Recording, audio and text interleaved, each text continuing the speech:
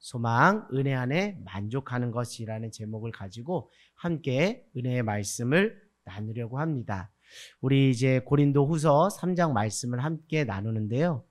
고린도후서 말씀을 통해서 또 하나님이 주신 은혜를 받아 누리는 저와 여러분 모두가 되기를 원합니다.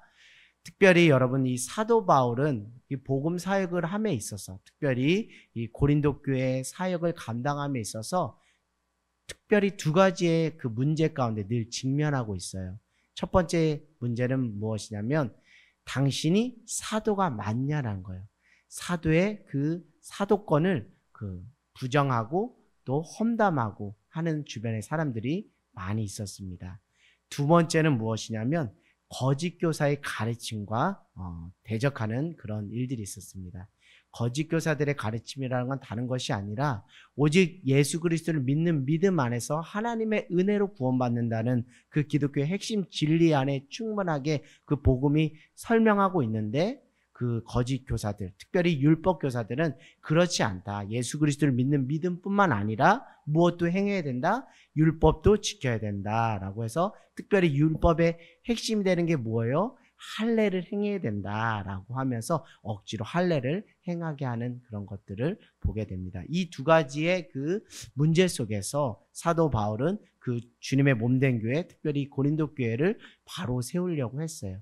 고린도 교회도 1년 6개월 동안 사도 바울이 세우는 그런 수고를 애쓰지 않았는데, 이제 사도 바울이 1년 6개월 사역하고 다른 곳에 가서 복음을 전하는데 들려오는 소문이 그닥 좋지가 않은 거예요. 그래서 봤더니 음행의 문제, 당파 문제, 또 송사 문제, 여러 가지 교회 안에 여러 가지 문제들이 난무해 있는 거예요. 그래서 그가 이렇게 편지를 써가지고 고린도 교회에 보냈더니 고린도 교회 성도들이 그 편지를 보고 회개하고 돌이키는 경우가 있었습니다. 그러나 여전히 거짓 교사의 편에 서서 사도 바울의 사도권을 부정하고 그의 가르침을 받아들이지 않고 배척하는 그 상황 속에서 우리가 고린도 전서와 후서를 지금 우리가 보고 있는데요.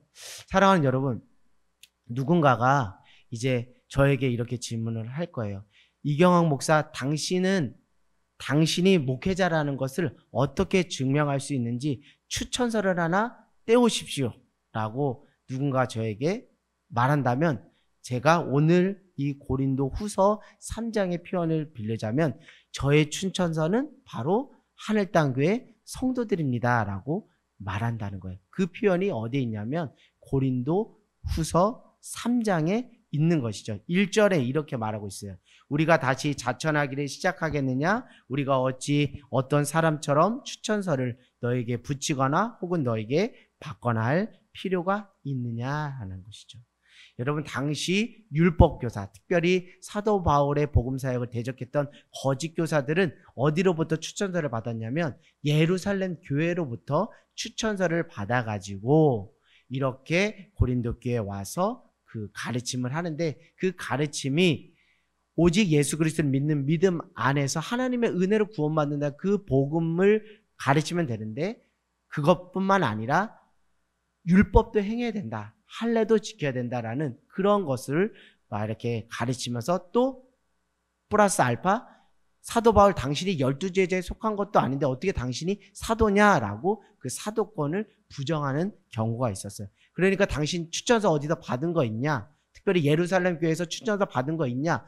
이런 식으로 사도권에 대해서 정면으로 도전하고 반박하는 그런 것들이 있는데, 그 상황 속에서 사도 바울은 무엇이라고 말해요? 자신이 1년 6개월 동안 목회했던, 특별히 자신이 편지를 써서 그 고린도 교회 성도들이 회개하고 돌이키는 그 삶을 보면서 그 고린도 교회 자체, 고린도 교회의 그 성도, 그리고 내가 진실하고 정직하게 목회했던 그 삶 자체가 당신에게 보여줄 수, 여러분들에게 보여줄 나의 무엇이다?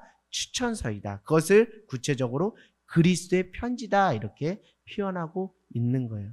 사랑하는 여러분, 우리가 오늘날 자기 존재의 증명에 너무 몰두하고 있어요. 나는 이런 사람입니다, 나는 이런 사람입니다 라고 해요. 그래서 젊은이들이 많은 자격증 또 스펙들을 쌓으려고 합니다. 그러나 여러분, 우리가 우리 스스로 자기 존재를 증명할 필요가 있겠는가라는 생각을 해봐요. 누구의 표현을 보면? 사도 바울의 표현을 보면.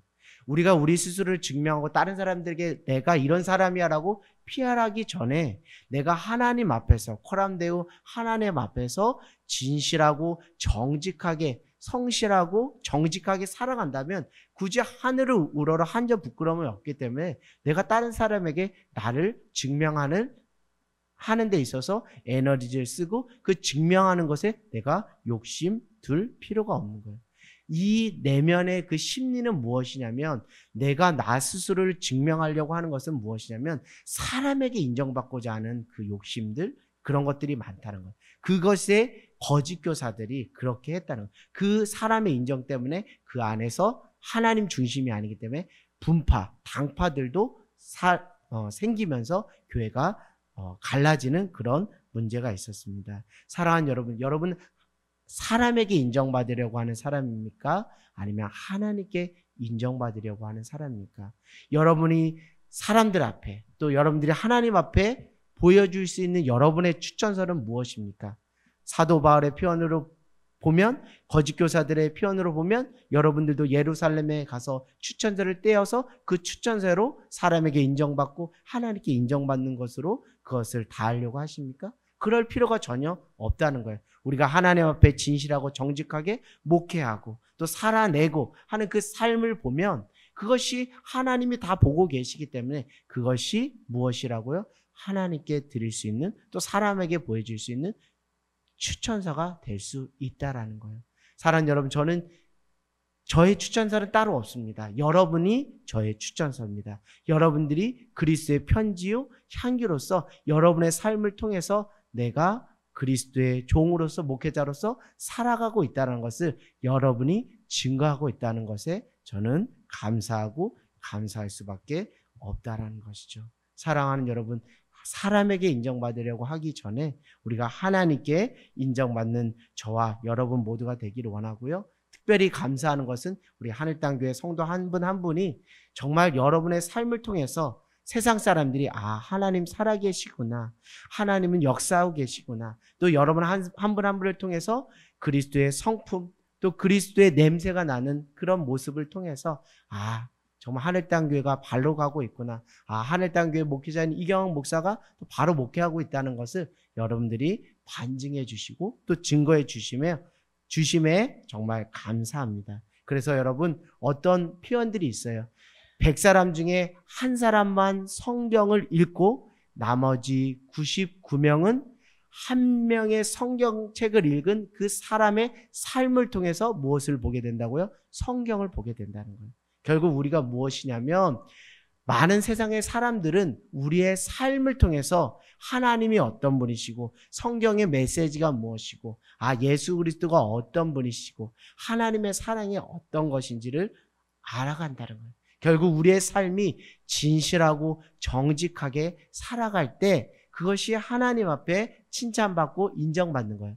마지막 때 하나님 앞에 이렇게 인정받기를 원합니다. 너 믿음의 사람아, 너 하나님의 사람아, 내가 작은 것에 충성하였으므로 내가 큰 것으로 너에게 맡기리라. 할렐루야. 오늘 하루를 살아도 여러분 부끄럽지 않게 하나님 앞에 진실하고 정직하게 살아간다면 그것이 여러분 하나님 앞에서 떳떳하면 되는 거예요.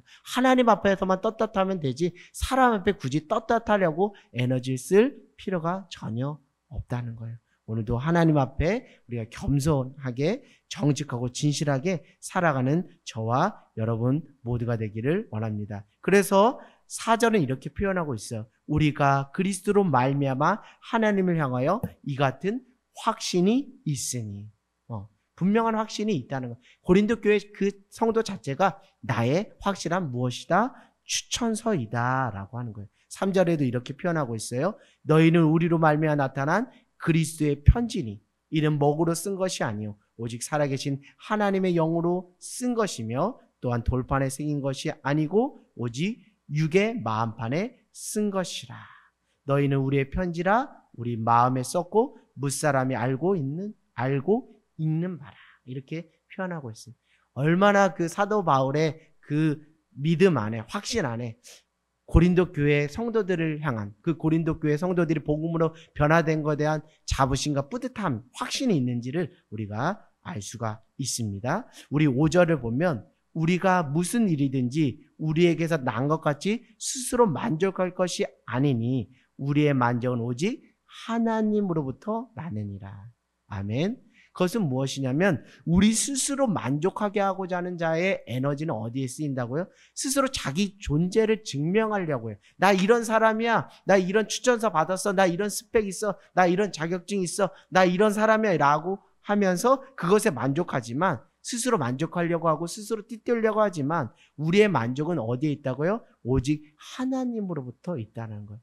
무엇이냐면 우리의 만족이 무엇입니까? 내가 주님 만나서 새로운 인생을 살아간 것으로 감사하고, 또 내가 복음 전한 그 한 사람이 그 영혼이 변화되는 그 영혼의 변화를 보면서 그것으로 감사하는, 그것이 누구로부터 오는 감사라고요? 만족이라고요? 하나님으로부터 온 만족이고 감사라는 거예요. 저에게 있어서 만족과 감사는 제가 설교를 잘하고 제가 뭔가 목회적인 실력과 목회적인 열매와 성과를 내어서 여러분에게 그 증명해내서 그것으로 만족하는 것이 아니라, 오늘 누가 보든 보지 않든 성실하고 진실하게 목양을 함으로, 복음을 전함으로 여러분 한 분 한 분이 정말 복음 앞에서 변화되는 그 모습, 변화되어져 가는 그 아름다움을 볼 때 그것이 하나님으로부터 오는 저에게 있어서 영원한 만족이고 감사인 줄 믿습니다. 그 감사와 그 만족으로 저에게 그 기쁨을 주신 여러분에게 진심으로 감사를 드리고, 그렇게 한 영혼을 변화시켜 주신 하나님께 모든 영광을 올려드립니다. 자, 6절을 우리가 한번 보겠습니다. 6절이요. 그가 또한 우리를 새 언약의 일꾼 되기에 만족하게 하셨으니 율법 조문으로 하지 아니하고 오직 영으로 함이니 율법 조문은 죽이는 것이요 영은 살리는 것이니라. 아멘. 사도 바울과 그의 동역자들에게 무슨 일꾼으로 주님께서 맡겨주셨다고요? 새 언약의 일꾼으로 맡겨주셨다. 새 언약의 일꾼의 반대는 무엇이에요? 옛 언약의 일꾼. 여기 표현으로 말하면 율법 조문. 구약의 그 율법의 그 일꾼이라고 말할 수 있어요. 그래서 이렇게 말하죠. 율법 조문은 무엇하는 것이다? 죽이는 것이고 영은 살리는 것이다. 복음은, 새 언약은 살리는 것이다. 이렇게 말하고 있어요. 사랑하는 여러분, 분명히 여러분들에게 먼저 말씀드리고 말씀은 이어갈까 합니다. 예수님께서 이 땅에 오셨을 때 이렇게 말씀하셨어요. 나는 율법을 폐하러 온 것이 아니라 율법을 완성하게 하러 오셨다. 그래서 예수님은 그 율법의 정신 두 가지를 요약해서 말씀해 주셨어요. 무엇이죠? 이웃을 사랑하고 하나님을 사랑하고 내 이웃을 내 몸과 같이 사랑하라고 하셨어요. 여러분, 율법은 필요 없는 것이 아닙니다. 율법을 무시하면 안 됩니다. 그러나 우리는 율법을 넘어서야 되는 거예요. 율법을 넘어서 복음으로, 은혜로 나아가야 되는 사람이 우리라는 것이죠. 여러분, 율법도 기능이 있습니다. 율법도 역할이 있습니다. 쉽게 말하면 모세의 10계명, 또 구약의 많은 그 율법들이 무엇을 하는 역할을 하냐면 죄를 들춰나게 하는 거야. 아, 무엇이 죄입니다. 무엇이 죄가 아닙니다. 라는 것을 들춰내게 하는 거예요. 무엇이냐면 죄를 판단하고 정죄하는 역할을 무엇이 한다고요? 율법이 한다라는 거예요. 그러나 여러분, 이 율법을 지킴으로 인해서 인간이 구원받을 인생이 어디 있겠습니까? 결국 율법을 지키려고 우리가 부단히 노력하고 애쓰지만 결국 우리가 율법을 다 온전히 지킬 수 없는, 철저히 죽을 수밖에 없는 무엇이라는 것을 자각하게 만들어요? 죄인이라는 것을 자각하게 만든다는 거예요. 그러나 율법에는 한계가 있습니다. 무엇이요? 율법으로 사람이 무엇 받을 수 없어요? 구원에 이를 수가 없는 거예요. 왜요? 율법을 지킴으로 완전해질 수 있는 것이 아니라 오직 예수 그리스도를 믿는 믿음 안에서, 하나님의 은혜 안에서 우리를 의롭다 칭해 주신 거잖아요. 칭의잖아요. 그것이 무엇입니까? 그것이 새 언약이고 그것이 복된 복음의 소식, 복음인 것이잖아요.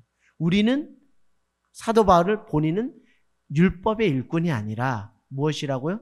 복음의 일꾼, 새 언약의 일꾼이라는 것이요. 결국 율법 조문은 무엇하는 거예요? 죽이는 거예요. 무엇이 죄입니다라고 판단하고 정죄하는 거예요.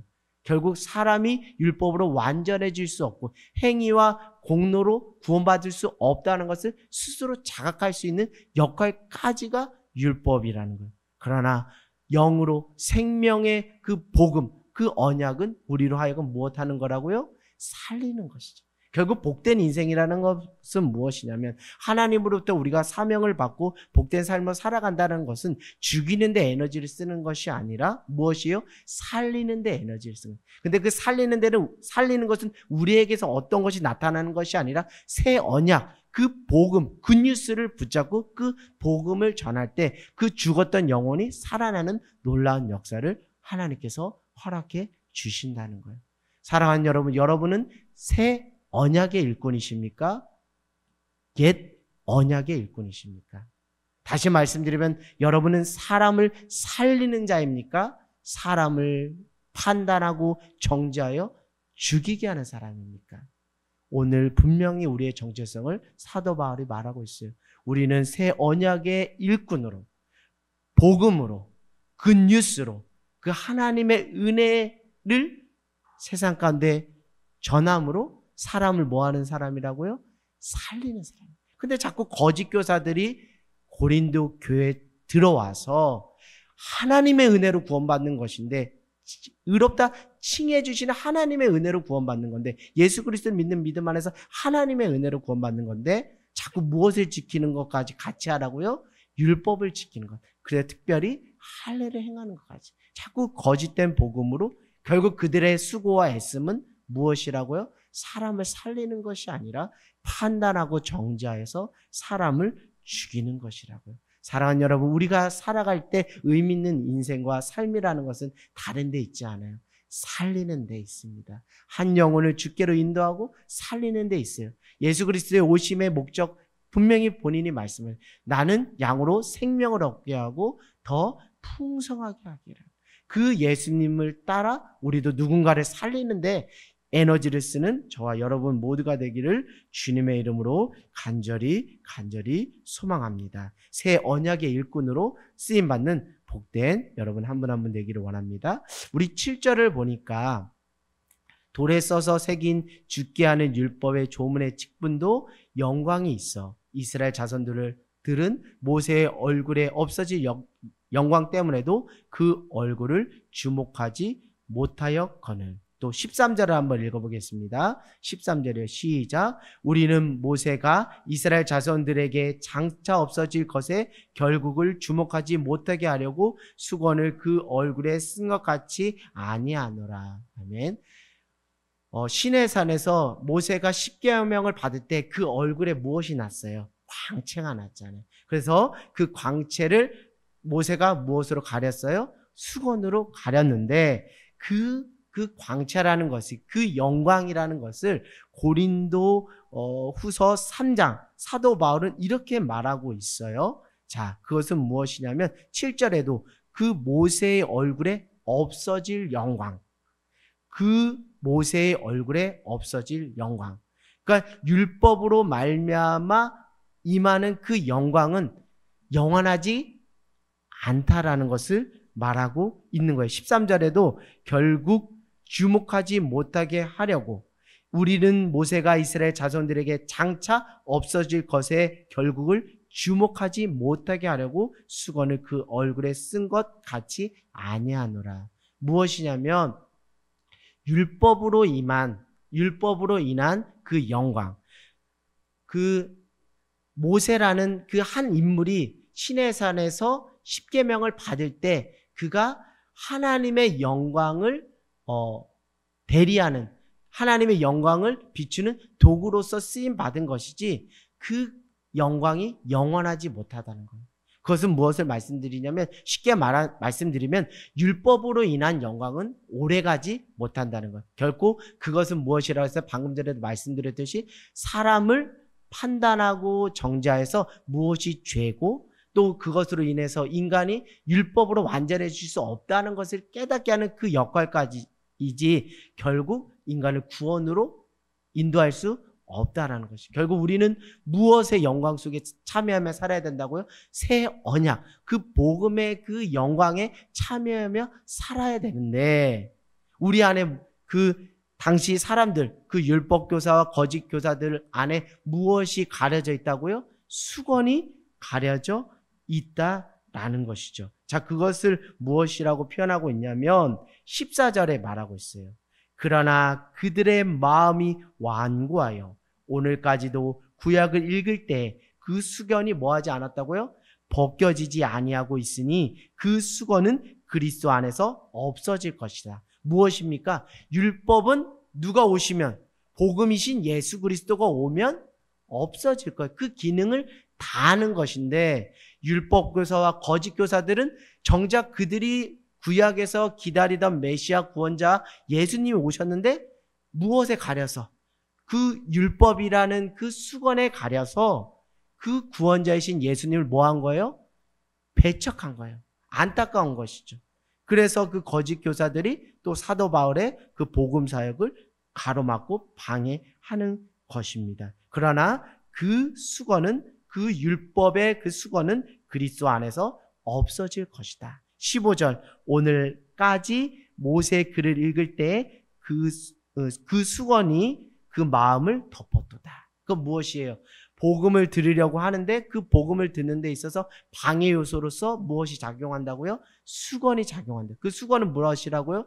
그 율법에 입각한 수건. 율법의 세계관 속에 빠져서 판단과 정죄로 사람들을 죄를 들춰내는 그 패러다임의 세계관에 빠져있는 그 수건이 마음을 완고하고 딱딱하게 해서 정작 구원자이신 예수님을 바라보지 못하게 한다는 거예요. 그 율법의 영광은 영원하지 못하고 오직 누가 오시면, 예수님이 오시면 그것은 없어질 것인데 안타깝게도 그 고린도의 거짓 교사, 율법 교사들은 여전히 그 율법의 수건에 갇혀서 마음이 어떻게 되었다고요? 마음이 완고해지고 마음을 덮어두다 그래요. 사랑하는 여러분, 그 씨 뿌린 자의 비유가 신약 시대, 신약 성경에 있습니다. 여러분들한테 한번 말씀드릴게요. 씨를 뿌린다고 해서 다 열매를 맺나요? 씨 뿌린 자의 비유를 통해서 보면 씨를 뿌린다고 해서 다 열매가 되지 않아요. 여러 가지 그 밭의 비유가 있잖아요. 옥대에 떨어진 밭도 있고 가지덩굴에, 길가, 또 돌짝밭에 떨어진 그것들을 보면서 저는 이것을 깨달아요. 복음의 씨앗이 위대하고 복음이 귀한데 그 복음을 받을 수 있는 우리의 마음의 밭이 수건으로, 오늘날 표현으로 율법의 패러다임과 세계관에 갇혀 완고하다면 그 씨가 그 땅에 뿌려질 수가 없겠죠. 결국 그 복음이 능력이 없다라고 말할 수 있는 것이 아니라 결국 복음을 받아들이는 무엇이 문제인 거예요? 우리 마음의 밭이 문제인 거예요. 그래서 여러분들한테 늘 권면하고 늘 여러분한테 말씀드린 것은 예배를 그냥 나오지 마시고 기도하면서, 기대하면서, 사모하면서 나오라고 하는 말씀이 무엇이냐면 그 심령의 복음이 그 심령의 씨앗으로 심겨질 수 있는 마음의 토양을 무엇하라고요? 일상의 삶에서 기경해서 준비해서 오라는 것이에요. 그런데 안타깝게도 오늘날 고린도 교회 그 거짓 교사, 율법 교사들은 마음이 딱딱한 거예요. 왜? 예수 그리스도 그분 자체가 복음이시잖아요. 예수 그리스도를 받아들이지 않는다는 것은 무엇을 받아들이지 않는 거예요? 예수 그리스도를, 복음을 받아들이지 않는 것이잖아요. 예수 그리스도를 받아들이지 않는다는 것은 복음을 받아들이지 않는다는 것입니다. 사랑하는 여러분, 여러분에게 있어서의 진정한 영광은 무엇일까요? 율법의 패러다임은 무엇이냐면 내가 율법을 지킴으로 내가 스스로 완전해졌다라고 하는 자기 자신의 행위를 자랑하면서 내가 율법을 지킨 사람이야 라는 그것으로 자기 영광을 취하는 거예요. 하나님의 영광을 드러내는 것이 아니라 자기 영광을 취하는 거예요. 그러나 날마다 복음을 전하며 그 속에서 내가 정말 죽을 수밖에 없는 죄인인데 하나님께서 독생자 예수 그리스도를 십자가에 내어주심으로 죄를 사해 주시고 예수 그리스도를 믿는 믿음 안에서 하나님의 은혜로 사망에서 생명으로 구원으로 영생으로 옮겨주신 하나님의 크신 은혜를 깨닫는 것, 그 깨달음으로 살아가는 그것이 우리가 하나님께 올려드릴 수 있는 가장 큰 영광이라는 것이죠. 아, 이게 다 하나님의 은혜구나. 사도 바울이 그래서 이런 표현한 거죠. 나의 나된 것은 다 하나님의 은혜이구나. 내가 율법으로 완전해질 수 없고 오직 하나님의 은혜 안에서 예수 그리스도를 믿는 믿음 안에서 의롭다 여겨주시는 그 칭의의 하나님의 은혜 때문에 내가 의로워질 수 있구나. 그래서 나의 나된 것은 다 하나님의 은혜이구나 라는 것을 깨닫고 그것을 입술로 고백함으로 하나님께 영광 올려드리는 것이 우리가 하나님께 올려드릴 수 있는 가장 큰 영광이 아니고 무엇이 영광이겠느냐 이런 것이죠. 율법을 지킴으로 그 자기 영광에 도취되는 것이 아니라 오직 모든 우리의 그 공로는 오직 예수 그리스도 그 십자가의 그 피 흘리심의 공로로 내가 살았다는 그 공로, 하나님의 은혜로 그 살았다는 것에 그 깨닫는 은혜로 영광 올려드리는 저와 여러분 모두가 되기를 원합니다. 사랑하는 여러분, 서두에도 말씀드렸어요. 여러분은 율법의 직분자입니까? 복음의 직분자입니까? 결코 살리는 자입니까? 죽이는 자입니까? 여러분, 살리는 자로서 그 인생이 쓰임받는 저와 여러분 모두가 되기를 주님의 이름으로 간절히 소망합니다. 결국 무엇이냐면 우리 안에 들여다봐야 될 것이 우리가 복음을 받아들였다고 하고 우리가 복음의 능력을 신뢰한다고 그러고 복음이신 예수 그리스도를 믿는다고 하지만 오늘날 우리 안에 율법의 틀 안에 또 율법 아닌 다른 어떤 세계관과 패러다임에 갇혀서 우리의 마음이 완고하고 우리의 마음이 덮여져서 수건이 덮여져서 복음 그 자체이신 예수님을 100% 전적으로 받아들이지 못하는 안타까움이 있는지 결국 우리 스스로 우리의 세계에 빠져서 예수 그리스도를 인격적으로 우리가 영접하지 못하고 있지는 않은지 예수 그리스도를 사귀고 예수 그리스도를 만나고 예수 그리스도와 함께 연합하는 신비적인 연합 속에 들어가고 있지 못하게 하는 그 방해 요소가 무엇인지를 깨닫는 저와 여러분 모두가 되기를 주님의 이름으로 간절히 소망합니다.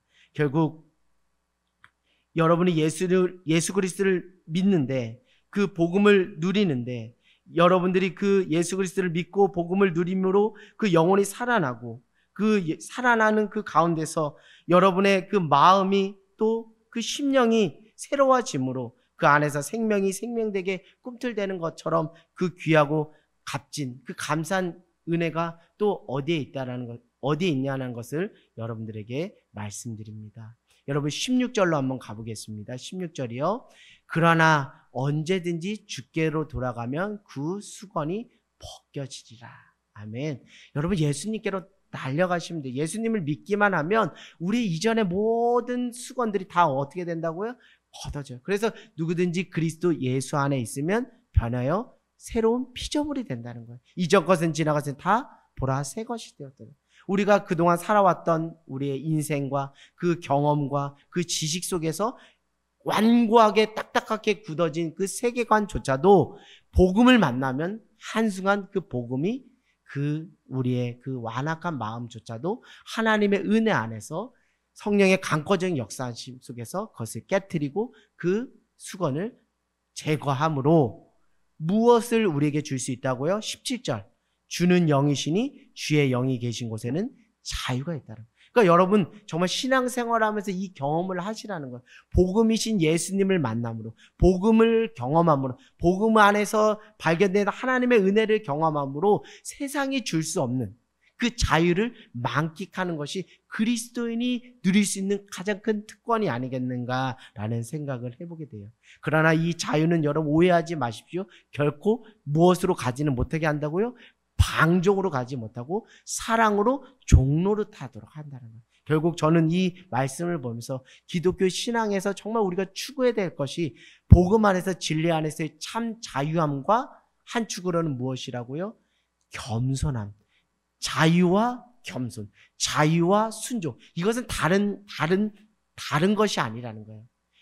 복음, 그 진리 안에서 이 두 가지가 유연하게 다 같이 우리 안에서 이루어질 수 있도록 성령께서 역사하신, 자유하지만 그것이 방종으로 가지 않고 사랑으로서 종노릇하면서 늘 하나님 앞에서 내가 주인이 아니라 하나님이 주인으로서 겸손하게 주님의 뜻대로 살아가는 그 순종의 삶이 나에게 있어서 최고의 무엇이라고요? 기쁨이요 참 자유라고 고백할 수 있게 하시는 분이 누구시라고요? 내 안에 계신 성령님이시라는 거예요. 이게 말이 안 될 수 있어요. 하나님 안에 순종하며 사는 것, 하나님 안에서 겸손하게 사는 것, 이것이 내가 누릴 수 있는 참 자유다라고 말할 수 있게 하시는 것이 우리 안에 계신 성령님, 예수의 영이 우리 안에 그것을 가능케 하신다는 거예요. 사랑하는 여러분, 자유하십니까? 그렇다면 그 자유 안에서 사랑으로서 종노릇 하시고 주의 뜻에 순종함으로 겸손하게 살아가는 그 기쁨 안에서 누릴 수 있는 자유와 평안을 누리시는 저와 여러분 모두가 되기를 주님의 이름으로 간절히 소망합니다. 결국 율법의 패러다임 속에 살아가면 우리 안에 복음이 줄 수 있는 참 자유를 누릴 수가 없어요. 왜요? 율법은 무엇하는 거예요? 자꾸 판단하고 정죄하여 사람을 묶어요.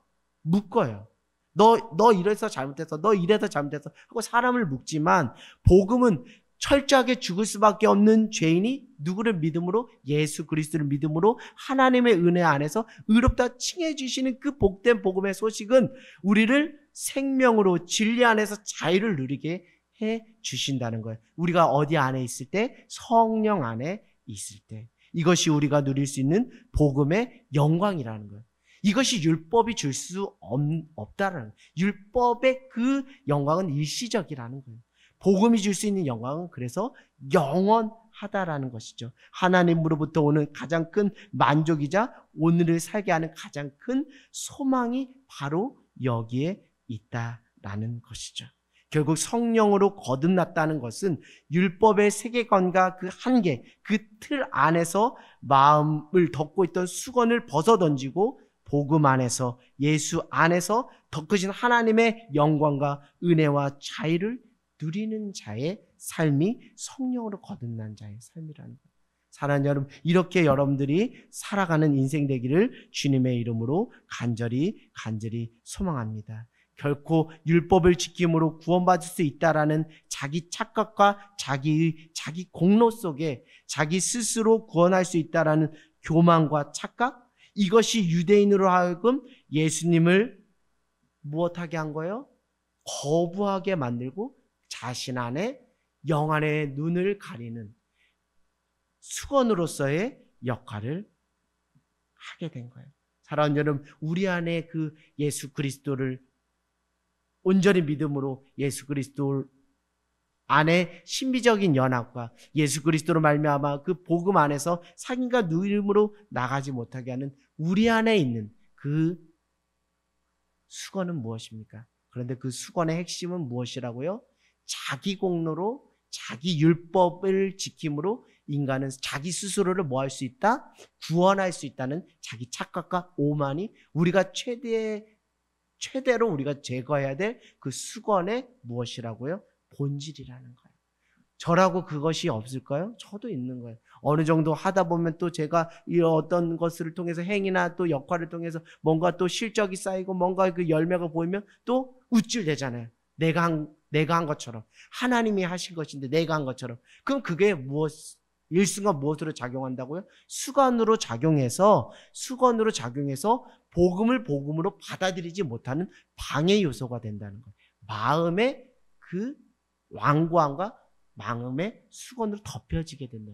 그래서 늘 우리가 경계해야 되는 것은 우리 마음이 늘 교만하지 않은지, 우리 마음이 완고하지 않은지를 늘 우리가 봐야 돼. 그 수건이 그런 역할을 한다라는 것이죠. 사랑하는 여러분, 오늘 사도 바울은 그 핵심적인 것에 이런 것들을 깔고 있습니다. 여러분, 율법적인 삶을 살 것입니까? 복음적인 삶을 살 것입니까? 여러분, 종교인에 불과한 삶을 살 것입니까? 신앙인으로서의 삶을 살아갈 것입니까? 이것들을 여러분 선택하고 결정하십시오. 여러분, 무엇의 인생을 사시겠어요? 복음의 인생을 사셔야겠죠? 신앙인으로서 사셔야겠죠? 결코 이것은 무엇이냐면 우리가 신앙인이 있다, 신앙으로 산다고 하지만 우리가 다 이게 섞여 있다라는 것을 보게 돼요. 복음으로 산다고 하다가 어느 순간 율법에 우리 틀 안에 갇혀버리기도 하고, 율법 안에서 또 있다가도 또 하나님의 은혜 안에서 또 복음으로 넘어오기도 하고, 때로는 우리가 신앙으로 산다고 하지만 또 종교인의 모습으로 또 변질될 수도 있고, 또 하나님의 은혜 안에서 종교인의 모습에서 또 신앙인의 모습으로 살아가는 경우가 있어요. 제가 일전에 여러분들에게 말씀드린 것 같은데, 내가 하나님을 먼저 사랑합니다 라는 것을 선두에 놓고 슬로건을 놓고 살아가는 것은 결코 신앙인의 모습이 아니라는 거예요. 신앙은, 복음은 무엇이에요? 철저히 우리가 죄인 되었을 때 그리스도를 우리를 위해 보내주심으로 하나님이 우리에 대한 자기의 사랑을 무엇한 거예요? 확증하신 거잖아요. 요한 1서의 표현으로 빌리자면, 너희가 나를 먼저 사랑한 것이 아니로 내가 너희를 먼저 사랑한다. 결국 무엇이에요? 하나님이 먼저 나를 사랑하신 그 은혜, 하나님이 먼저 나를 사랑해 주신 그 복음의 복된 소식을 받아 누림으로 살아갈 때 우리가 복음 안에서 신앙인으로 살아갈 수가 있다는 거예요.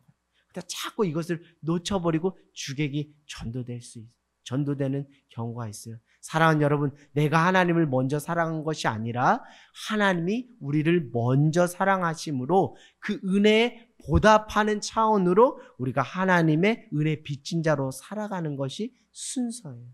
그것이 믿음의 사람이라는 것이죠. 사랑하는 여러분, 오늘 우리가 복음 안에서 참된 신앙인으로서 살아가는 저와 여러분 모두가 되기를 주님의 이름으로 간절히 소망합니다.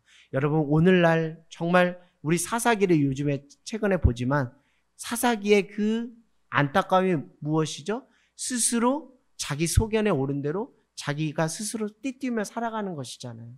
오늘날 우리 믿는 그리스도인 안에도 자기 원칙이라는 게 왜 이렇게 많은지 몰라요. 목회자로 살아가는 저에게조차도 복음이면 충분한데 복음은 제껴놓고 자기 원칙과 자기 경험과 자기 기준에 맞게 그것이 원칙이다, 그것이 본질이다, 그것이 제일이다라고 말을 해요. 그러나 그것이 결코 사람을 살리는 방향으로 가지 못한다면 그것은 복음을 가리우고 하나님의 영광을 가리우는, 오늘의 표현으로 말하면 수건으로 작용할 수가 있어요. 이전에 우리가 신앙생활을 했던 모든 경험, 모든 지식, 모든 것들, 모든 행위들 다 배설물로 여기자고요. 오직 나는 예수 그리스도와 그의 십자가만을 자랑하노라. 날마다 그것만 기억하자고요. 그것만 자랑하자고요. 그러면 우리가 주님 나라 갈 때까지 믿음으로 바로 나갈 수 있을 것 같아요. 그래서 오늘 우리가 정말 복음을 붙잡고, 복음이신 예수 그리스도를 붙잡고 저 죽어가는 영혼들을 살리는데 우리의 인생을 걸고 우리가 한 걸음 한 걸음씩 나감으로 늘 하나님의 은혜 안에서 만족하는 저와 여러분 모두가 되기를 주님의 이름으로 간절히 소망합니다.